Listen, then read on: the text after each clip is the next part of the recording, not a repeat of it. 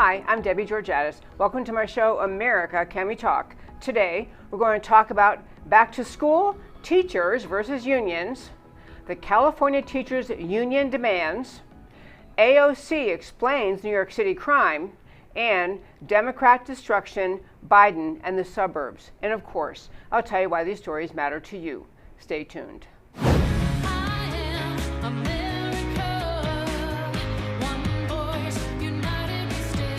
Debbie Georgatos, host of America Can We Talk, is an author, attorney, and political analyst whose mission is to inspire the American political conversation about preserving liberty in the best country on earth. And welcome again to America Can We Talk and to today's First Five. I'm Debbie Georgatos. There is a lot of talk, of course, about whether schools should open this fall in light of the COVID-19 crisis, coronavirus crisis, and different states having different reactions. Florida has ordered schools to open. Betsy DeVos, who is the education secretary, has said, we may withhold federal funds, education funds to school districts that won't open. But in the middle of all that, there was an amazing two bits of news I wanted to share with you about the whole idea of opening schools. One was MSNBC chose to do a panel. They did a panel of teachers, and they were asking these teachers, do you teachers, do you support schools opening in the fall normally in light of the coronavirus? Do you support schools opening? Here's that clip. Would you let your kids go back to school? I will. My kids are looking forward to it. Yes. Period. Absolutely. Absolutely.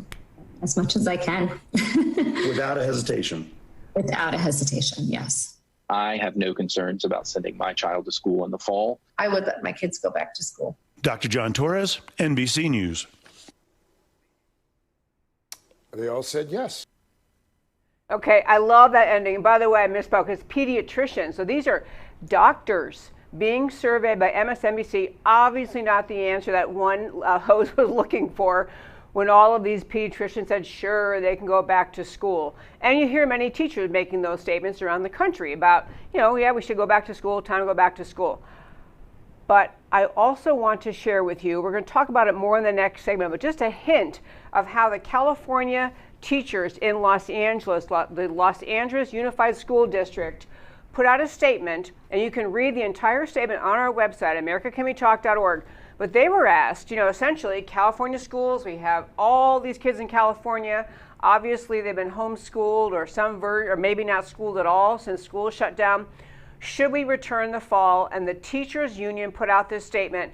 I'm going to close out the first five by just reading you a couple of sentences in the preliminary document. I mean, literally the very beginning, the introduction to this lengthy argument made by the Los Angeles Unified School District Teachers Union. This is the United Teachers of Los Angeles Union, what they had to say. Let me just read the opening couple of sentences, what they had to say.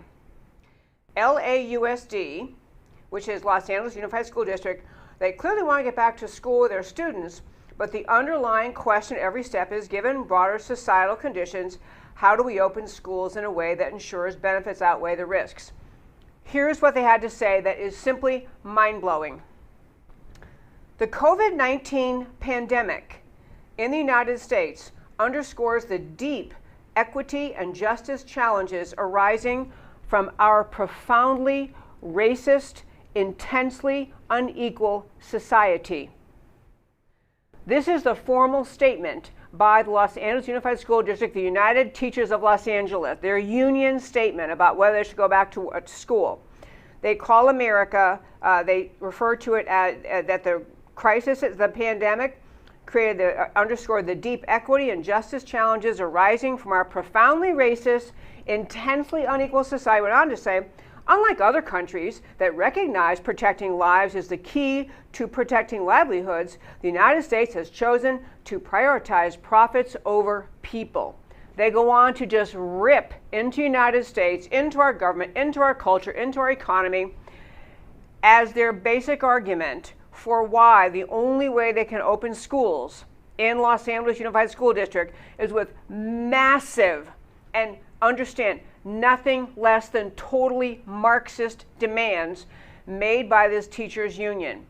I'm going to go through, I think it's important enough to talk about, but I'm going to go through some of them in the very next segment here in the show today, just to understand a couple of things. But I'll just tell you why I think it's so important. Number one, why would anyone, any parent who has a hint of love of America, any parent who has a hint of patriotism, ever send their child for a day to the Los Angeles Unified School District? You have teachers who hate America at the level they do. They are leveling these ugly charges. I mean, this is the ugliest, just vitriol at the United States. Why would someone send their child to that school is a very good question. Anyone who loves America. Number two, how do we get here that we have truly the spokesman for a massive teachers union opening this document, not with the question of how can we keep children safe, where are we in the pandemic, where are the numbers, how safe is it for children, what are the safety things to put in place, but just a vitriolic takedown of America. This is what they thought was the most important thing to put in the cover page, the introduction to their entire list of impossibly absurd demands, which I'll get to in the next segment.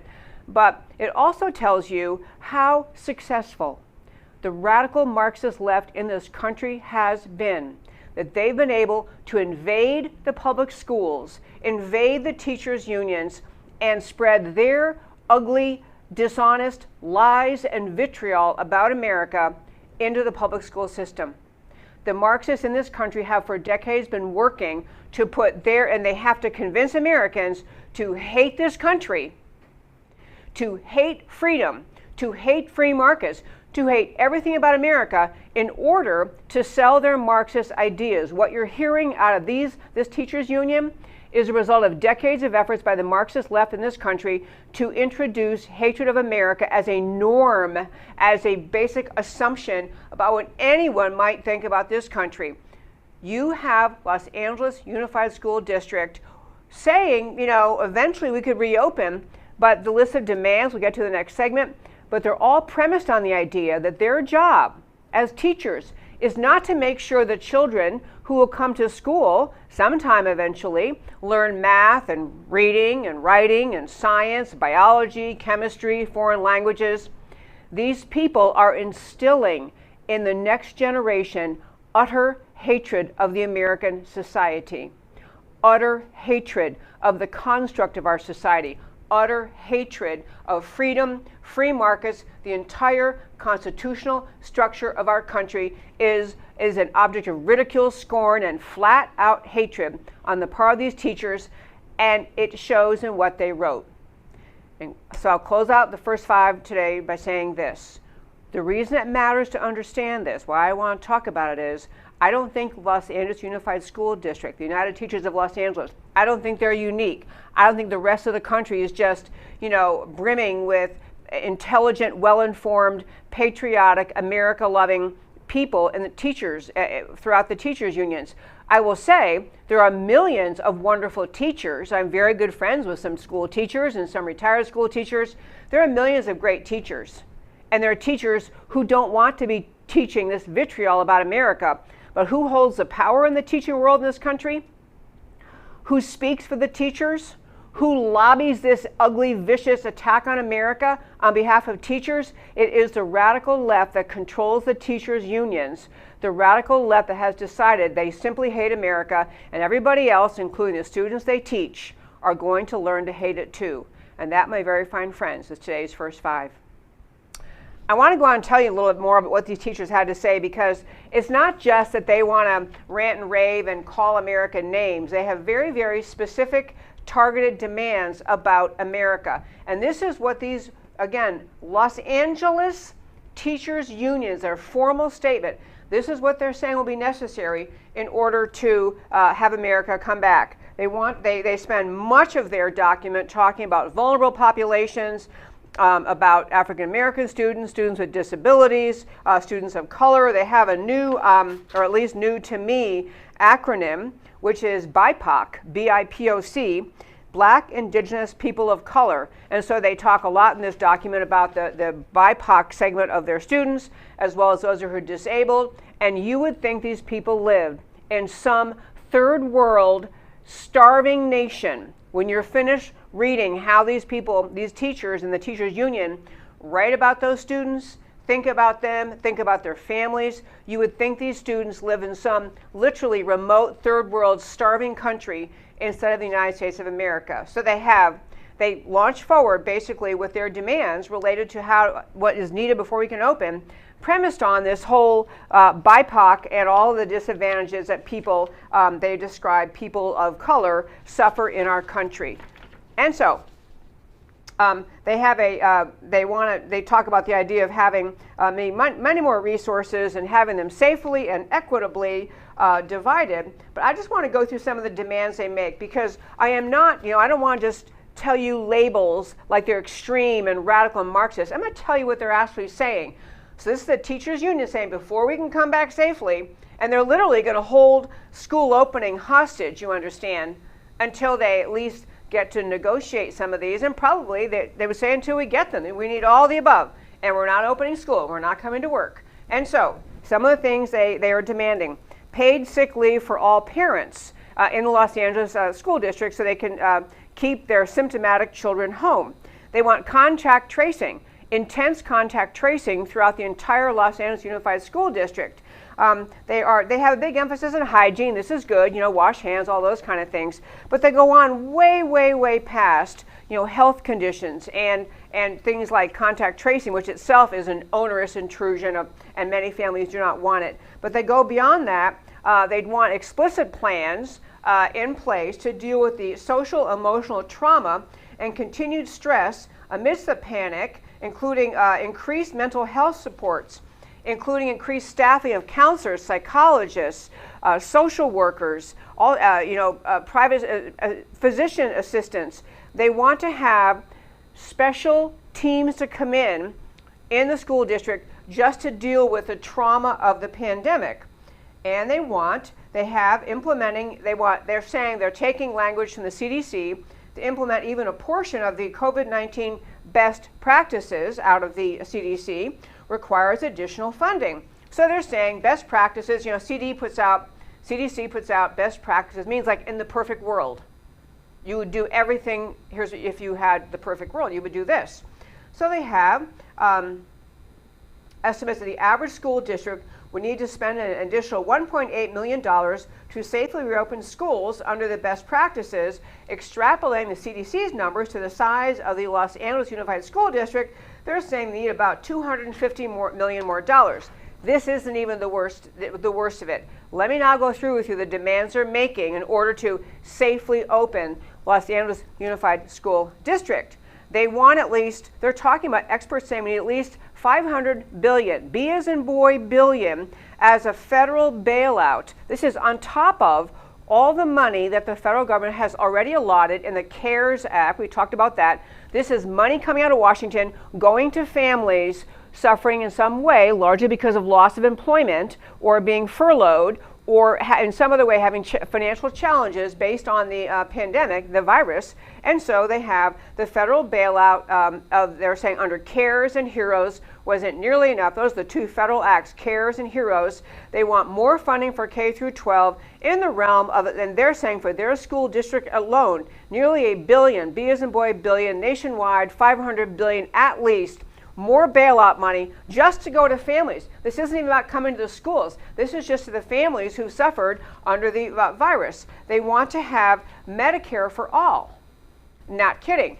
This is a demand of the Los Angeles Unified School District, the teachers union, telling Washington, because we had a virus, Medicare for all must pass. Medicare for all. Everybody gets free health care, just like Medicare, free for everybody, health care for all. I mean, just crazy level. They make repeated reference to the increase, the higher percentage of people in the black community who are succumbing to, either susceptible to or succumbing to the virus, and they point to that as a reason that they have an inordinately high or a higher than the national average percentage of students in the Los Angeles Unified School District who are either black, Hispanic, or other person of color, and because of that percentage, they need a lot of money from the government, and they're under the federal bailout money, and they need Medicare for all, and so they're demanding Medicare for all pass. They also want to have, they're telling the state of California the state of California must pass a wealth tax, a new tax on unrealized capital gains to California billionaires only, 1% a year until capital gains taxes are met. They want a millionaire tax, so they want a billionaire tax and a millionaire tax imposed by the state of California, all so that they can go back to school safely. They want all this money collected. They demand, as far as local support, defunding the police. So this is the teachers union on board defunding the police. And they're talking about police violence as a leading cause of death and trauma for black people, a serious public health issue. Therefore, all police must be defunded. They go on to demand housing security. They want California to pass the idea that Governor Newsom, we played his State of the State speech, I guess in January this year, and he floated the idea that housing must be considered a human right. Housing, guaranteed housing is a human right, kind of like life, liberty, pursuit of happiness, freedom of speech, a right to housing. And so the government has a duty, therefore, to provide for that right. For everyone doesn't have housing, they're saying, yeah, state of California has to agree housing is a right, and therefore we're insisting because, and they always go back in this lengthy document, extrapolate back to the point that this was a massive pandemic. We don't know if it's going to happen again. We have a very large school system. We have a higher than average percentage of students in the school system, Los Angeles Unified School District, who are BIPOC was their term, the acronym I mentioned a moment ago. And so therefore, and some of them, there's a higher level of housing insecurity. So therefore, the state must pass housing security for all. So everybody gets a free house or gets house provided by the government.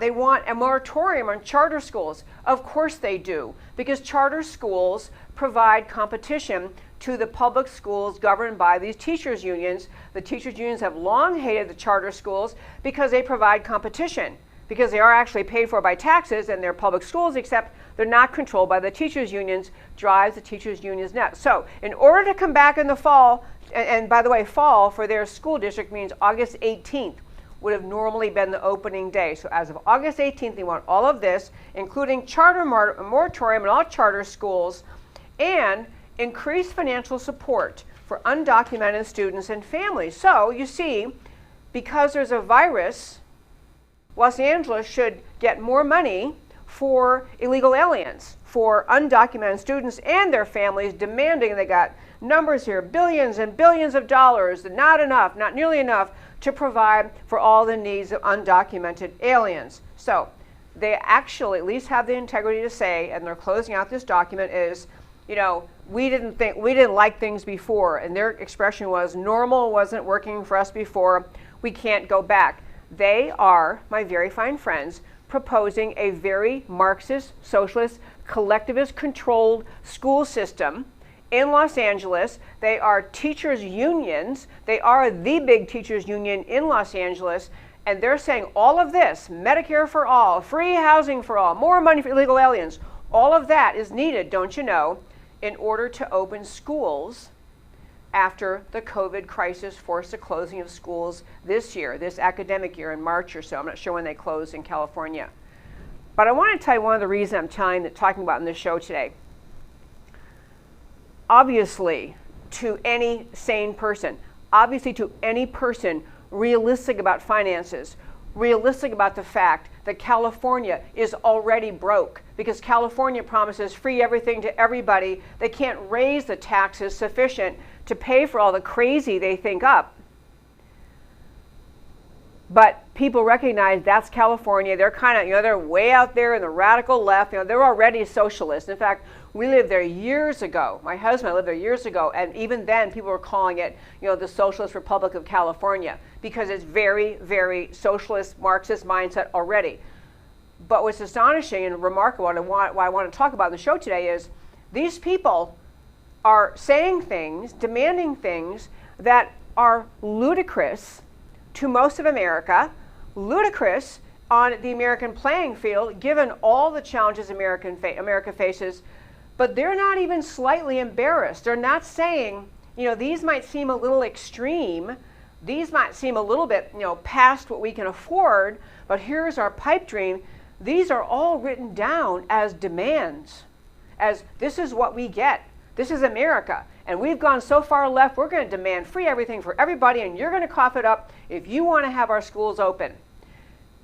And I'm telling you that part of what's happened in this country over the last, it was 8 years under Obama, but even more so in the 3+ years under President Trump, you've had a growth in the, I'm not going to say in the size of the radical left in our country. Maybe you have the millennials who are kind of on board, but you have a growth in the stridency of the American left, of the Marxist anti-American left. Stridency, unapologetic.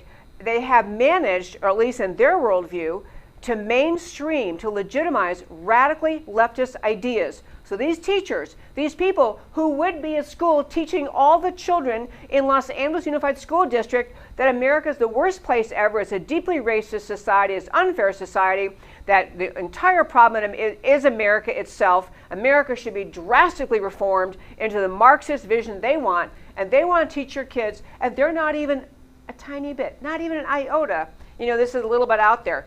They think this is the norm. And under the 3 years of President Trump, you've had the left because you had, unfortunately, you had the first avowed socialist candidate running for president in 2016, Bernie Sanders, continuing to try to mainstream un-American ideas, socialist ideas, mainstream them, grow the Democrat Socialists of America, push his ideas on young people who've gone through, sadly, decades of education in our country, being taught by idiots like these people in Los Angeles. And so you have legitimizing the normalization of radical leftist ideas. So these teachers, I don't even know if they're aware how their demands sound to mainstream heartland America. I think they don't even realize how far off field they are, how far off track they are. But this is the kind of thing coming out of Los Angeles Unified School District, and I'll close out this segment by saying this about that. I'm going to guess that under our current administration in Washington, there's not going to be capitulation to these kinds of ideas. I don't think that Betsy DeVos or President Trump or the entire education establishment is going to just salute and say, okay, if that's what it'll take, sure, Medicare for all, free housing for all, lots of money for illegal aliens, make everything free. And on top of that, the thing is so full of demands, I just scratched the surface in what I read to you. This will not be received well in Washington, will not be received well by Betsy DeVos or the Education Department or whoever runs the Education Department next, or by President Trump. But I want you to picture what will happen as early as next year if we have a President Biden sitting in the White House. Joe Biden is not the mainstream, milquetoast, moderate Democrat that his handlers are trying to tell you he is. We're going to do a segment about him a little later in the show, but I raise this in part to say we need to live in a country where the people in power recognize what the Los Angeles Unified School District Union, the Unified Teachers of LA, UTLA, we have to have a country where most of America and those in power can say, not a chance. We're not even negotiating this level of crazy with you. We'll negotiate hygiene protections. We'll negotiate how we're going to handle hand washing. I guess if we have to talk social distancing, we'll negotiate that. But we're not changing the entire structure of our country. We're not changing to Medicare for all, socialized medicine, government-controlled healthcare, collectivist healthcare. We're not guaranteeing free housing for all. We're not guaranteeing any of that. It's not, and we're not even going to negotiate with you. We need that form, that strength of leadership in Washington to say to these people, no, and that is the end. Not happening, not even talking to you about it. You're off the reservation. Here in America, here's what we do. We have, we have this rules. We'll help out with people who are, need special attention. In the American with Disabilities Act, you may have to make some revisions in the schools to deal with those kids. As they come back after the virus, you may have to make some accommodations with respect to the ease of hand washing frequently. But we're not selling out the country just because the United Teachers of Los Angeles asked us to do that. We'll come back to this because this is a crazy, and yet why I think this story is so important. it's not just crazy because what they're asking is crazy, but it's deeply, deeply troubling because they think that this is legitimate. They think this kind of conversation belongs in America. They think that teachers in Los Angeles are going to tell America that we're going to overthrow our freedom, our system of governance, our healthcare freedom for everybody, just because they've made a demand and they are after all the teachers of Los Angeles. It's a huge window on the audacity of the left and the astonishing emboldenment, if that's a word, the emboldening of the American left under this 8 years of Obama plus 3 years under Trump, where you have the left going apoplectic over everything he does. Well, I want to hit two other stories today. One has to do with the crime spike in New York City. So in New York City, we've had this discussion. We talked about in the show that in light of the Marxist Black Lives Matter organization, in light of their marches, in light of the just astonishing level of destruction, property destruction, arson, murder, they were permitted to engage in New York and cities around the country almost with impunity. And one of the demands of these Marxist anti-American organizations was to defund the police. So we have in New York already had the vote. It hasn't actually occurred yet. The funding hasn't shifted, but a vote to shift money away, massive amounts of money away from the police over to social services and midnight basketball. Who knows all the things that there are? But New York is in the middle of a crime spree, a horrible crime spree. So this is the headline, and it's on July 6th, and it's probably killing the New York Times to have to run this story. But they had in New York City over the weekend of July 6th, that's right after July 4th, 64 people shot, 10 dead. Spike in gun violence. A spike in gun violence in New York City.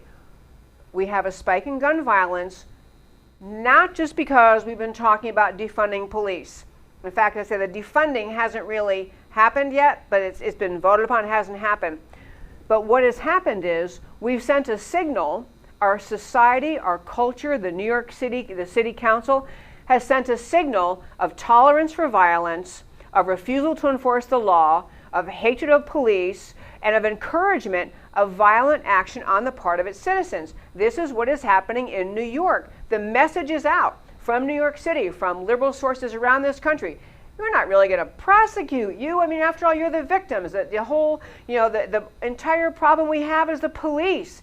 And so you have a message to the criminals of the country, nothing's really going to happen. We've now convinced Americans to mistrust the police, to support defunding the police. Have at it, crime spree. And you have both Mayor de Blasio in New York City saying, he's recently, I think we played it in the show yesterday or last week, but he recently said, Mayor de Blasio in New York City said, we really got to be careful. We got to crack down this COVID. We can't be spreading the virus, so no outdoor events. No, none of these things we always do in the summertime, outdoor concerts and outdoor, parades and all the kind of stuff. We're not doing any of that stuff. We can't have all the possible spreading of the virus, so we're not doing that. But we are going to permit the continued Black Lives Matter marches. And again, to be clear, the Black Lives Matter organization has been exposed as a Marxist organization, Marxist by its founders, Marxist meaning overthrow the government of America. Marxist still, because we have as the key fundraiser for Black Lives Matter, Susan Rosenberg, a former Weather Underground criminal whose organizations, along with her involvement, engaged in the murder of police officers, robbery, theft, collecting massive amounts of ammunition and weapons designed to take down the American government. She is raising money for the BLM. So you have the extremely radicalized BLM, you have the unwillingness of anyone on the left to even say that, to even say, some of this is a little crazy here, folks. So you have massive spike in crime in New York City. You had a most horrific incident which involved a child, a 1-year-old child in a stroller, shot to death during a cookout on an outside New York City playground. 1-year-old child shot to death, shot in the stomach, died at the hospital later. There was a clip of this child's father. I decided not to play it because honestly, it's so sad, it's just unbearable. The poor guy is lamenting the loss of his child. So that this kind of violence, not just, this isn't just gang shooting each other, and not that doesn't matter either. All violence is bad, but this is innocent people being shot up in New York City, a spike in crime, a message from the New York City mayor. We are never going to enforce, we're not tight on enforcing laws. We villainize the police, we criticize the police, we call out the police, we're endlessly calling the police too brutal, too racist, all of that emboldening the criminal element. That's all happening in New York City. Now let me have Matt the Wonderful play a clip for you from AOC, a member of the United States Congress, talking about the rise in crime in New York City. So why is this uptick in crime happening? Well, let's think about it. Do we think this has to do with the fact that there's record unemployment in the United States right now? The fact that people are at a level of economic desperation that we have not seen since the Great Recession? Maybe this has to do with the fact that people aren't paying their rent and are scared to pay their rent. And so they go out and they need to feed their child and they don't have money. So you maybe they're put in a position where they feel like they either need to shoplift some bread or go hungry that night. Maybe it's the fact that unemployment provisions have not been given to everyone. Maybe it's because of the fact that some people still haven't gotten their stimulus checks yet. Okay, I actually want to make some really, really important points about that clip. The idiocy of Alexandria Ocasio-Cortez, pure, flat-out idiocy. I will start with a very simple observation that nobody who's out in the middle of the night shooting up and engaging in violent crime is out there because their kid is hungry and they need to steal a loaf of bread. The child murdered in a New York City playground, a 1-year-old shot while sitting in a stroller, was not shot because the people who pulled up to the park, jumped out of their car and opened fire, didn't have their unemployment check, didn't yet get their relief check under COVID, didn't get enough unemployment paid, couldn't pay their rent, so they had to go out and steal a loaf of bread. Obviously what she said is insane level stupid. I mean, I don't like to use the word stupid, but that's a nice word for her. Insane level idiocy out of her. But actually, there are far more important points to make beside that is inane on her part. One point is, you have to remember who got AOC elected, how she got there. AOC did go to college, majored in economics. What an embarrassment for that college. I think it was Boston University. She did go to college, but she was working as a bartender. She participated in a contest put on by the Justice Democrats. Justice Democrats, radical Marxist organization, looked around the country, tried to find Democrats holding office in Congress whom they viewed as not sufficiently radically Marxist, and then they targeted those sitting, relatively sane Democrats in congressional seats by finding someone to challenge them, someone who could be exciting, someone who could be a really good challenge for them. They literally had tryouts. Justice Democrats, radical Marxists, want to take down our government and our economic system.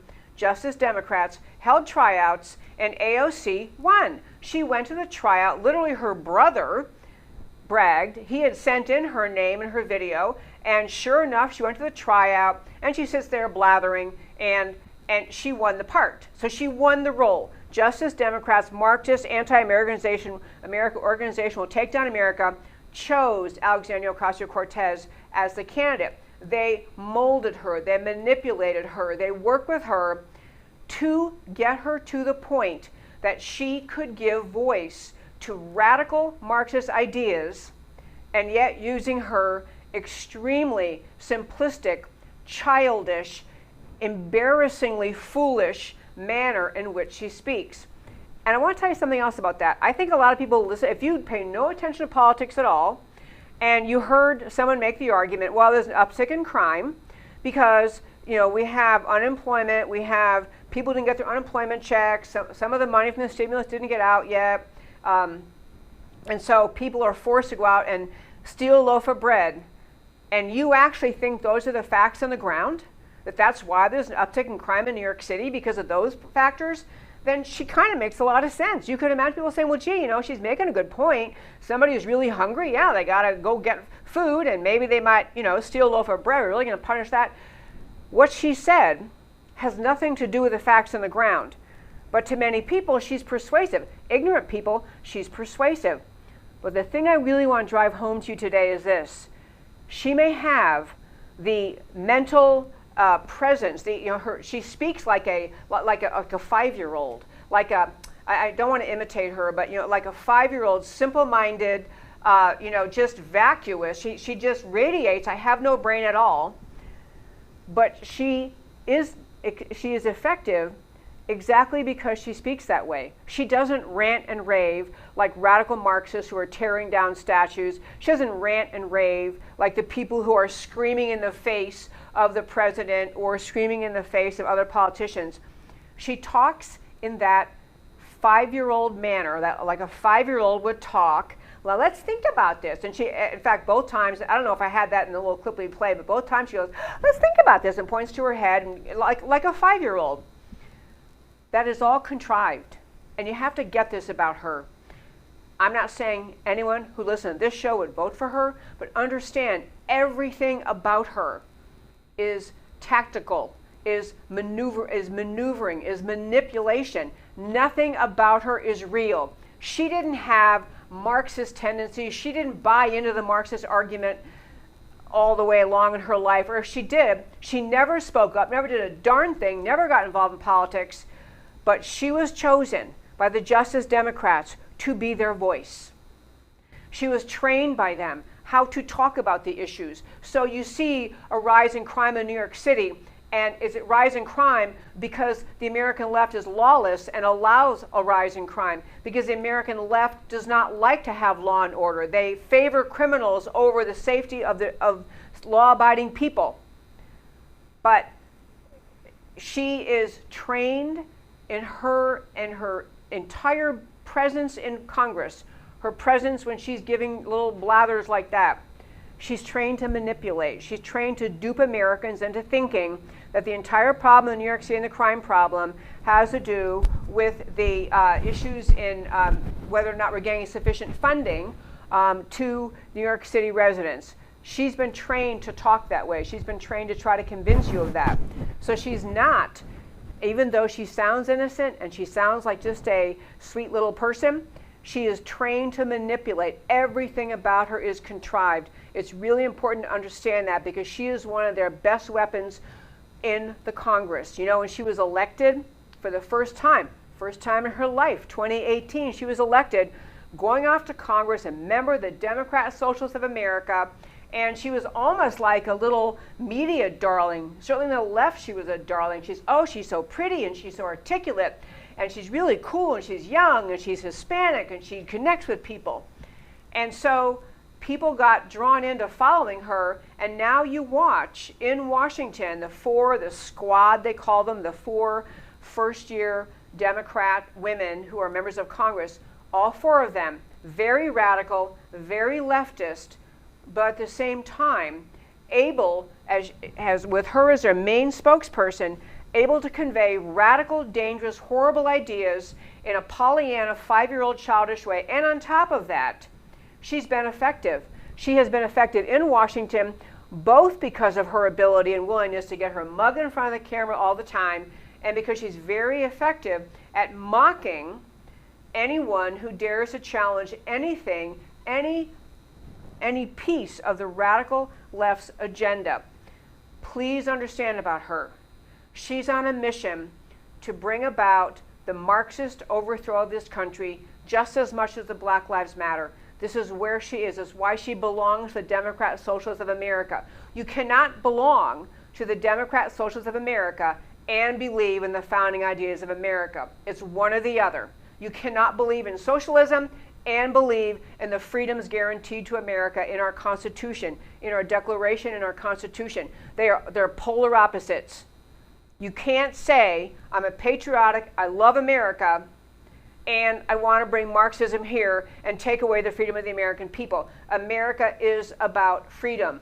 Marxism is about destruction of your freedom. That's where she is. That's why she does those little pressers like that, because, and these little videos she puts out, because slowly she thinks, and she has been somewhat successful, eating away at the fabric of America, eating away at the love of America, eating away at the assumptions of millions of Americans that America is a good and noble and decent country, because Marxists will never get their way. They will never get their agenda if Americans continue to believe in the idea of America. I want to get one more story today, folks, before we wrap it up. I want to talk a little bit about, there's been a kind of a recent dispute or kerfuffle, whatever word, relating to this thing, a set of regulations inside the Housing Urban Development, HUD, which relate to affirmatively furthering fair housing, AFFH, affirmatively furthering fair housing. To be very clear on the history of this, in the Fair Housing Act, which I think passed like 1968, there were obviously the point of the Fair Housing Act, one of the main points was to end discrimination and redlining, which a lot of controversy exists about how genuine and widespread the redlining was. But there were arguments that there were loans made by banks or lending institutions. There were all sorts of policies in place that were trying to keep America racially segregated. And so the point of the Fair Housing Act was to say, we're going to get after all of this. We're going to get after the fair housing mess, and we're going to try to force these communities that continue to discriminate to stop doing that. So what happened? So this passed back in 1968. All sorts of things happened over the years. But President Obama came along, and he put in place regulations, again, referring to it as the AFFH, affirmatively furthering fair housing. The gist of the idea was to tie federal funding that otherwise goes to communities around the country to the community's compliance with new demands made by HUD, Housing and Urban Development.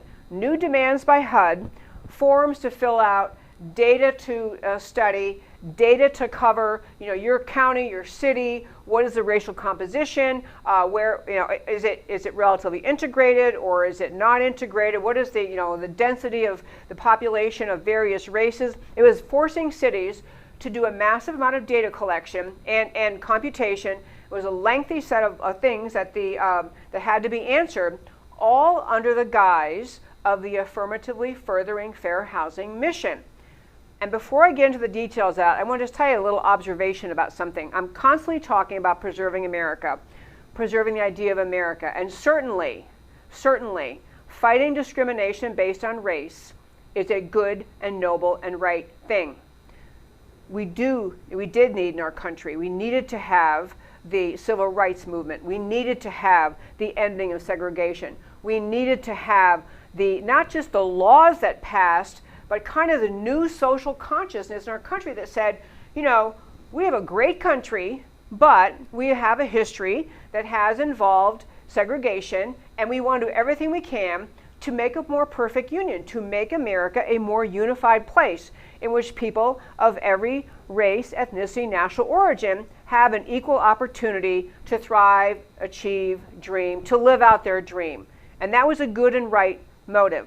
But back in the time of creating the Great Society, when Lyndon B. Johnson was trying to work on his effort to fight poverty, there was a kind of thinking that evolved. It didn't just start there, but it was very evident in government at that time. In fact, there's a book out, The Great Society by Amity Shlaes, and I haven't read it, but a friend of mine read it and was just commenting about the idea that what you gather from her book, she's talking about how we got around to creating the Great Society programs, which were all of the anti-poverty programs, the welfare and food stamps and housing assistance, all of those packaged together was kind of the Great Society thing. And one conclusion my friend drew from reading Emily Slay's book, which I do want to read, was the idea that you're sitting in Washington, you have all of these Ivy League educated people, and they're very, very bright and they're very accomplished, maybe they're not accomplished, they're very well educated. They have great degrees from great universities, and they're sitting around a big table in the White House and saying, yeah, we got to do something about poverty. Well, let's try this. And so they look at, a map of America, and they see segments where there's poverty, segments where there's wealth. They see whatever numbers they looked at. And these are the grand meisters of the universe sitting in the White House in Washington saying, you know what? We could do this. What if we said, what if we created, and so you had these people in Washington, they have a big pile of cash to spend from tax dollars, big pile of cash of your tax dollars to spend to try to fix inequities and poverty. Inequities especially based on race. But the Great Society was not uniquely or specifically focused on black versus white. There just happened to be there was a higher level of poverty in some, especially some inner city black communities. And so these people sat in Washington thinking, well, how do we solve this? Okay, well, we're going to take this pile of money and put it in this program, and then Washington's going to send out this money to this group and send out this money to this group. It was a grand meister, controlling. It was very much like the Soviet Union central planners sitting up there in Washington thinking, oh, I see the problems. I know how you fix it. First, you force this here, and you force this here. So what happened with the Great Society was, of course, and we've talked about many times in our show, among the many things that happened was we created the modern-day welfare system. And the modern-day welfare system, which we've gone through reforms and more reforms and changes to the law, but the gist of it was you had money coming from Washington to low-income households.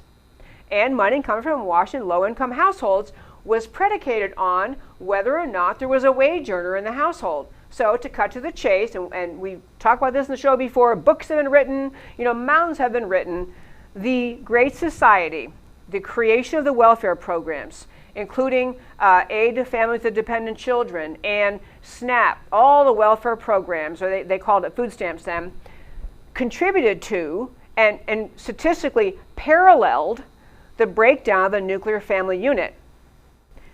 When you tell people you can get more money from Washington when there isn't a wage earner in the home, you had this just grotesque rise. And again, it wasn't all with black families. The same thing happened in white families, but it was particularly striking and notable in inner city America that you had essentially, to put the equation together, you had the rise of the Great Society and the destruction of the nuclear family unit went hand in hand, cause and effect. And it particularly hit hard black American communities. We've had Star Parker on this show, we've had Alan West on this show, other black conservative activists speaking out against the welfare programs, pointing out that the welfare programs destroyed the black family. The percentage of children born into single parent homes is very high in the black community. It's pretty high in the white community too, but much higher in the black community, and all the things that follow along from single parent households. The increase, in fact, the little clip we played from Marcellus Wiley recently, what he made that point too, because he said he studied it in college at Columbia, how the likelihood of a young man, especially raised in a single parent household by a mother, likelihood of that young man to end up using drugs, in jail, dropping out of high school, joining a gang, in poverty, every bad thing you'd never want for any human being, all of those things are more likely for a child raised in a single parent household. Point being, I'm going to get back to our story about housing, but the idea of all this was there was observations that you can make with respect to the lack of wisdom, the lack of, how to say it positively. You can conclude that when people sit in Washington with big maps on the table and drawing out numbers and data and stats and putting programs in place, that you don't actually solve the problems, and sometimes you make problems worse. The welfare programs on balance made things worse in terms of the differentiation in poverty didn't change between blacks and white Americans. The poverty programs may have put food on the table every day, but they didn't lift people out of poverty. And literally, many academicians and politicians have pointed this out. So now I get back to affirmatively furthering fair housing. President Obama, in furtherance of the Fair Housing Act of 1968, put in place extremely stringent things under HUD, essentially requiring HUD, to condition money to cities and counties by saying you don't get the money unless you submit these massive bits of data, massive data collection. And on top of that, the program from Washington became coercive. It became not just you cities that were not happy with the racial breakdown of your communities, we're going to force you, as examples, force you, if you want to get the funding that you need, you must build densely packed multifamily units. You must accept in these in neighborhoods in the suburbs, you must accept multifamily units, which often they certainly bring poorer people in. They often bring crime. They bring destruction or a reduction in property values. They add all sorts of harm to the communities in which they're forced. A really specific example I was reading about this morning had to do with an order out of HUD that related to Dubuque, Iowa. And Dubuque, Iowa, which, I guess I've never been there, but I guess it had a largely white population, and there was a concern about how you had the white population maybe not really as accepting. They didn't know why, but there was not a significant black population.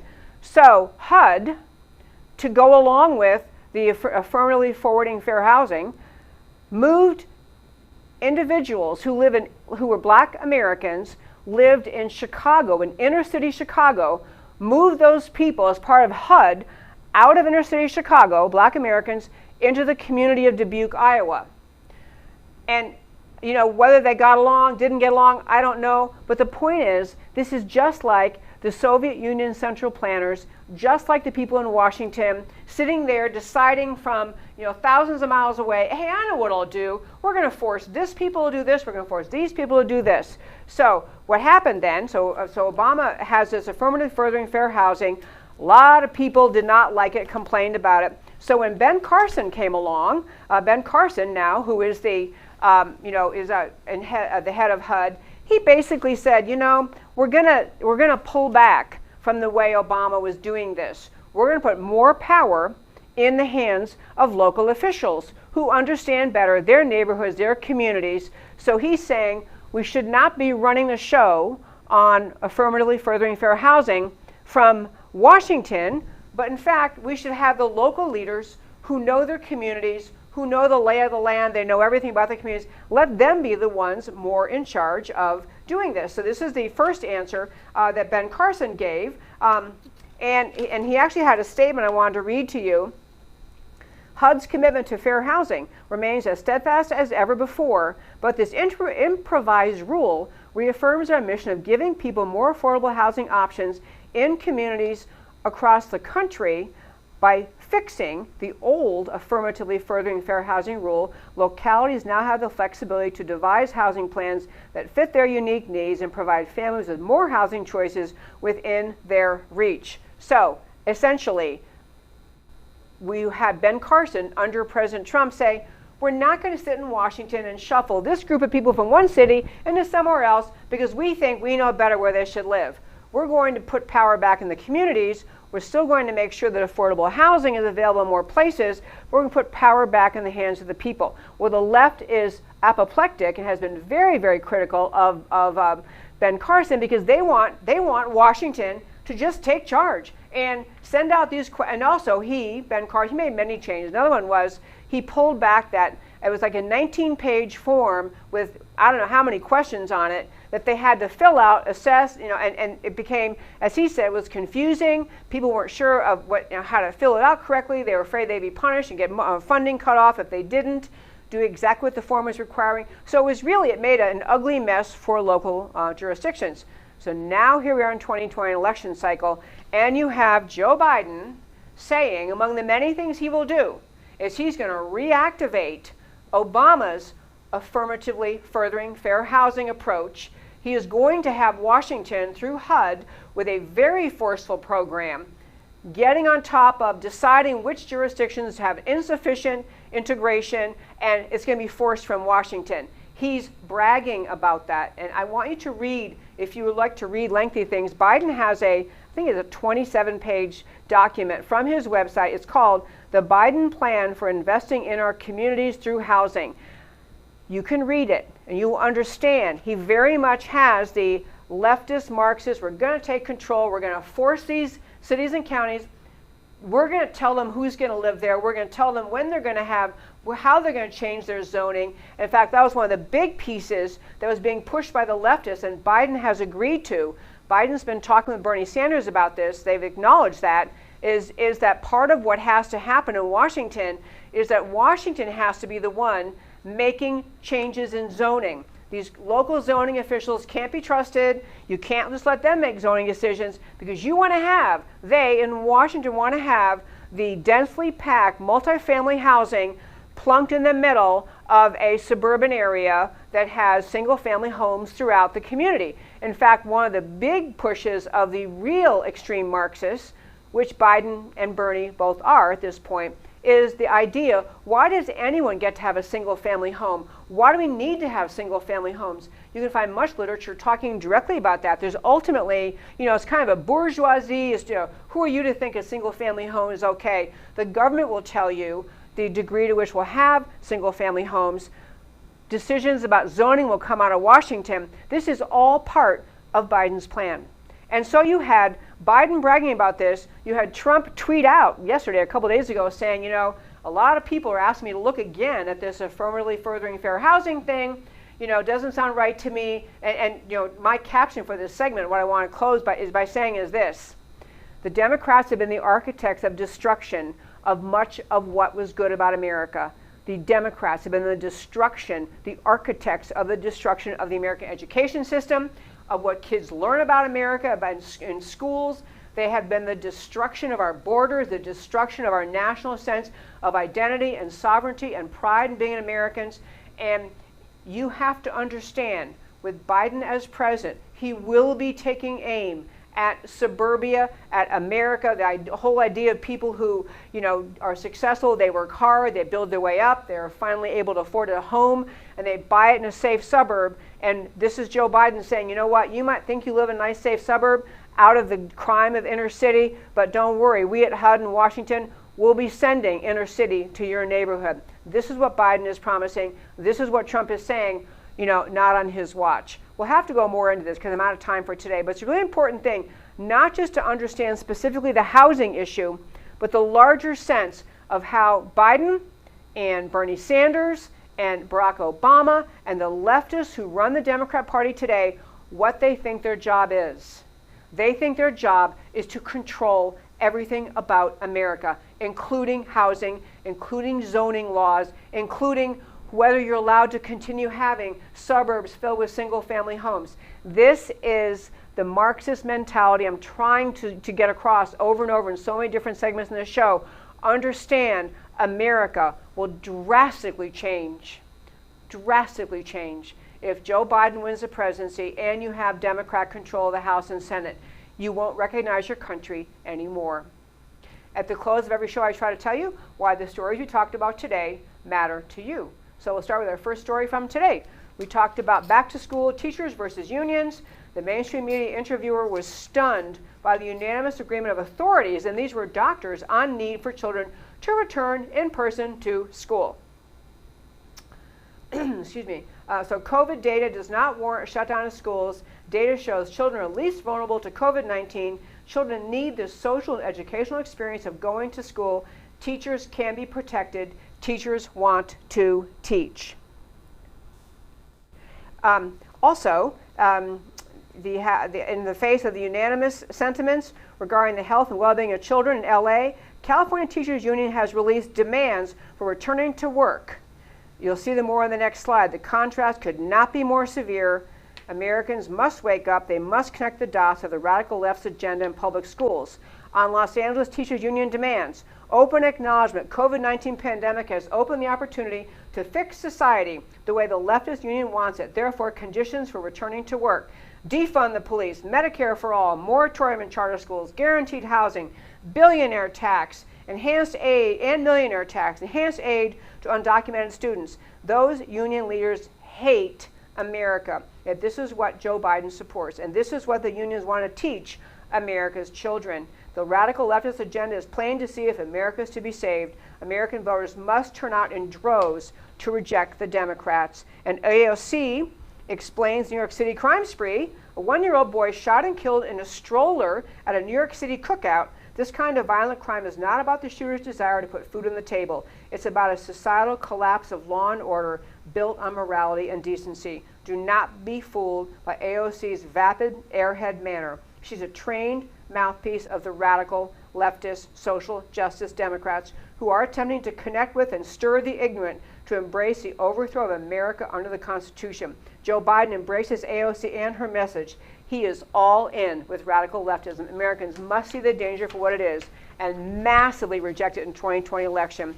And on affirmatively furthering fair housing is an Obama-era social engineering on steroids, forced introduction of low-end housing in affluent suburbs, allegedly about addressing disparate income and disparate impact and racism, really just about naked government power.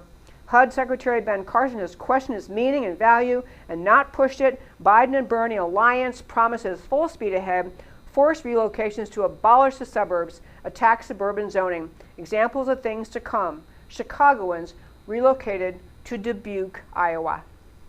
Radical leftist social engineering dismisses, denies the role of behavior, morality, family in rising out of poverty over time, demands instant redistribution as the only solution to inequality.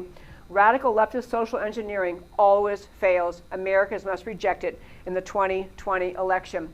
And my friends, before I wrap up today, I'm going to tell you something very exciting. Please, tomorrow, tune in to my show for tomorrow, Wednesday, and Thursday. Tomorrow, I will have both Dr. Bartlett back in studio. He joined me about a week ago, talking about the amazing results he has found with the COVID-19 crisis and his treatment in a very simple, inexpensive asthma treatment. He's coming back along with a member of Congress who also happens to be a doctor. He'll be in studio, both talking about their efforts to get America to wake up to realize that the coronavirus crisis doesn't have to be the crisis it is, that we can turn the corner with treatments readily available. So Congressman Abraham, also Dr. Abraham of Louisiana will be here. And also on Thursday, Dr. Bartlett's joining me one more time on Thursday. He'll have with him a patient, a person who was literally gasping for his last breath of life and was completely recovered using the treatment that Dr. Bartlett is now trying to tell America about. Both those shows will be very helpful for you to see, very helpful for you to share with your friends. And speaking of sharing, if you're one of the thousands and thousands and thousands of people emailing me, asking me for a copy of Dr. Bartlett's paper, he wrote a paper about this treatment protocol, I urge you to go to the website, my website, americacanwetalk.org. On the home page, in the blog, very first article in the blog, you can click on that. And in the blog, you can click on his paper, the PDF to his paper, because I cannot keep up with all the email requests. I've tried to respond. Really, for every one response I send, I get 100 or 150 more emails in. So I don't know if I'll ever catch up with responding to all the people asking for that paper, but you can get it on our website, americacanwetalk.org, on the homepage under blogs. I'm Debbie Georgatos. This is America Can We Talk. Thank you for tuning in. Tune in every Monday through Thursday, 3 p.m. Central Time, to my show where I always talk truth about America because America matters. And I will talk to you next time.